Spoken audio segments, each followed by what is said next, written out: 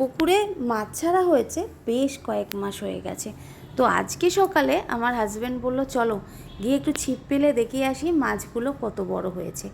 যেমন কথা তেমনি কাজ, আমারও আজকে কোনো কাজ ছিল না।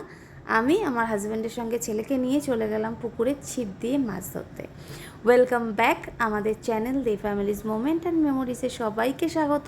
এবং যারা রোজ আমাদের ভিডিওটা দেখেন নিয়মিত, তাদের সবাইকে অনেক অনেক ধন্যবাদ। আমি মাছ ধরতে গেছিলাম, বেশ বড় সাইজের দেখুন কাতলা মাছ পেয়েছি, এবং কাতলা মাছের সাইজটা বেশ বড় হয়েছে এখন। কিন্তু যেটা হলো রুই আর মৃগেল, সেগুলো ছাড়াই হয়েছিল অনেকটা ছোট সাইজের, তো সেই তুলনায় অতটা বাড়েনি।